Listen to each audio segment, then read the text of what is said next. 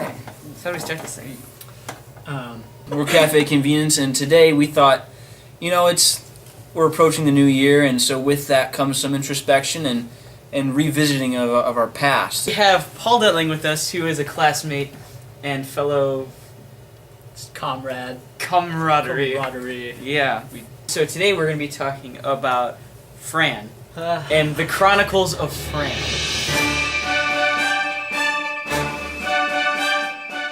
So we had a lot of interesting characters. Honestly, if we had hidden cameras, it would be a reality TV show. Like, you'd probably have to underdo a lot of it, just to make it look realistic. Yeah. Oh my god! Wait, this is long day. Why Fran? What was his actual name, and why do we have all the other nicknames for him? Yeah, he was one of the lucky people who had so many nicknames. Mm-hmm. And I mean, the interesting thing about that school is, no matter who you were, you ended up with some form of nickname. It didn't quite always stick. There is a couple people who have taken it on as their identity. But to this day, someone has, I think, legally changed his name. My sister was the one who actually started it because she kept mispronouncing his name. Mm-hmm. Kept calling him San Francisco. His full name was just Francisco. So then we just started shortened it to San Fran, and then to Fran, and then Fran, and then Fran Bam, and then Fran Bam Poopatan, and then Fran Bam the Banana Man. Mm-hmm. How could you forget that? Sometimes it was Cisco. Yeah. There's many different names, but Fran was the one that stuck. Stuck the most. It stuck. He was a really smart kid. We'll give him that. Smart kid. He really was smart, but conversationally, you become very confused when talking to him. I think all of us can agree we have a lot of weird thoughts that jump through our heads. Right, but they don't. But we come don't out. say them.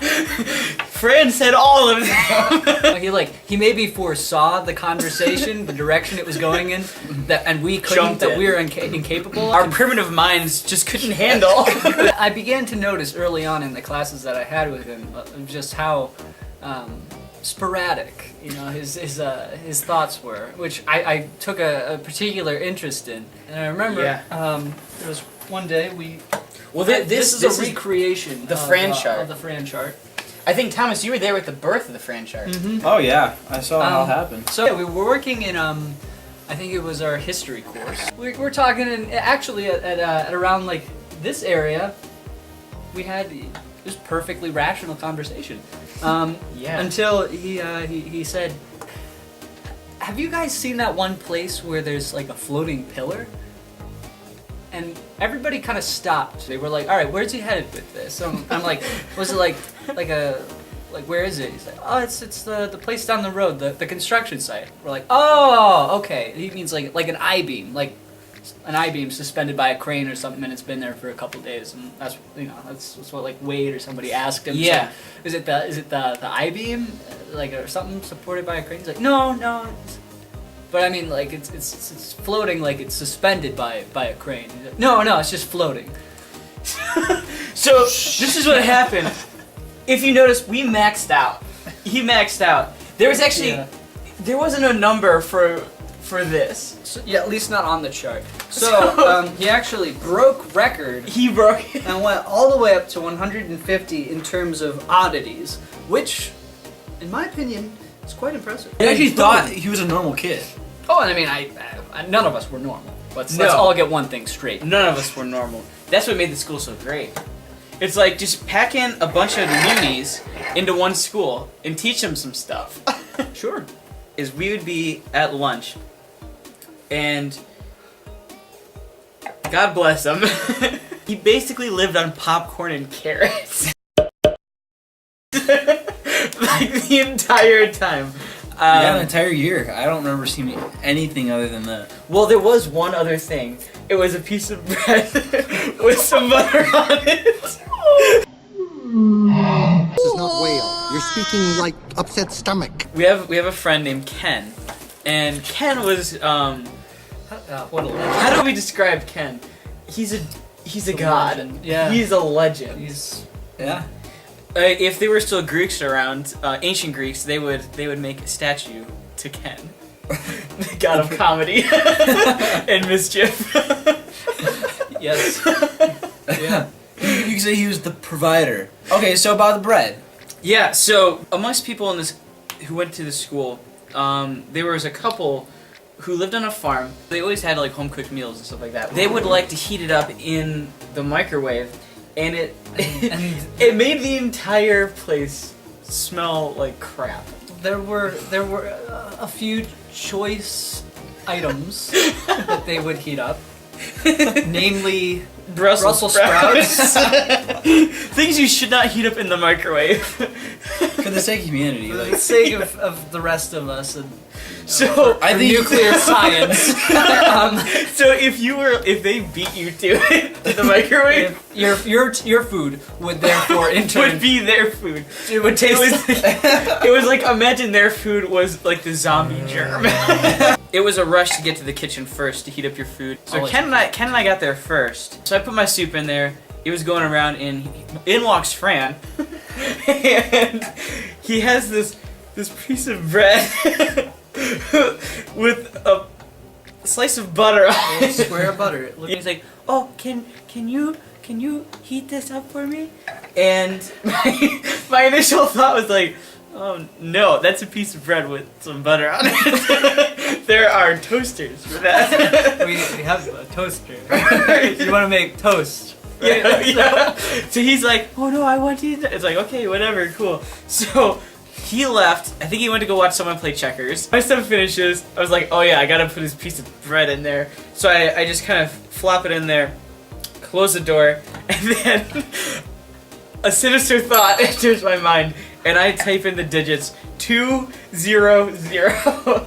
2 minutes. Which is like probably, I don't know, 110% longer than it needs to go. Yeah. So I was about to press it, and then I said out loud, I was like, you know what? I don't have the heart to do this. But And before I can press end, the legend of a man just boom. And there goes the toast. And there it goes. And I was like, I'm not stopping it. I didn't do this. We run out to Fran. Yeah, and you're like, Fran. And we're like, hey Fran, you might wanna check on your bread. And oh okay. They're like, no, seriously, dude, you need to check on it. So we sit down.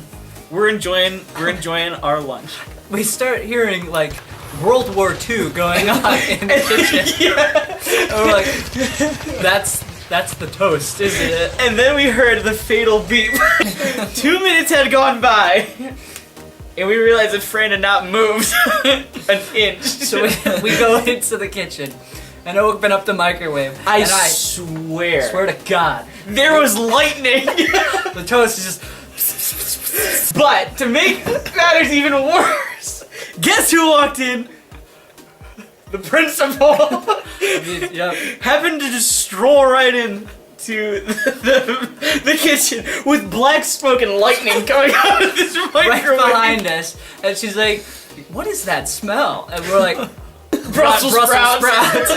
And she just goes, "Oh, okay." Okay, and then she kind of makes a face and just leaves. Dismiss, like, we all know this. Yeah, it's a matter of fact. He left the door open and walked out. We're just like, hey Fran, don't forget about your bread. He walks in and we look over and see him walking out with it in his hand like this. Like he just has the bread, he's like with his head down and just dumps it in the trash. But then, without skipping a beat, he walks over to Paul and asks him for some food. Which I think I gave him some that day. Yeah. How could you not? How could I not? Ironically, I think he had French toast. I think I did have French toast. Actual toast. Fran had a little brother. His name was David. And so we're getting ready to go on this trip, and Mr. Steffens had this pickup truck, and so we're getting ready to go, and everyone's starting to kind of get into our vehicles, and so Francisco looks to his brother David, and he says, "You know what? We should ask about this." So they both go to my principal, and they're like, "Hey, could we?" Granted, they're Mexican. Can we ride? You should say that. Tell that story. Can we ride in Mr. Steffen's truck? You know, in the back of the truck, because we're used to that. Just the one. I don't know if we. This isn't even why. But I remember one field trip. We went to the Museum of Art. Fran brought a little disposable camera. It was a recreation of the statue of David. The only thing I remember him taking a picture of was David's junk. And it was very specifically the junk. It wasn't the torso. It wasn't the torso. It wasn't wasn't the perfectly sculpted pecs. It was the junk. He had some nice quads. He has some nice quads. This is the gayest thing. Well, thanks for watching the Chronicles of Fran. There's definitely, as we've mentioned, more stories, more things to tell. Oh, yeah, it's a gold mine. I think Ken said it best. Would you mind? Oh, of course. If you were to take every moment of laughter from the entire 4-year span of us going to that school and put it into one person at a single time, they would die. Well, thank you so much for watching. Hope you enjoyed. Please leave a comment. I guess you can leave a like. I mean, doesn't do anything. Doesn't do anything anymore, does it? Subscribe if you haven't subscribed before, and if you have, you can unsubscribe and subscribe again. And don't forget to hit the Ring bell. that bell thing. I hate Ring that I have that to say bell. dumb. I hate that I have to say that. Well, do it anyway. Paul, thanks for My coming. pleasure. Keep an eye out for this guy. He's an amazing stop motion designer. I will call it that. I like stop motion because I'm weird. He's good with things. Not with people, but with things. Thank you guys. Have a good one. Oh my god! TCO!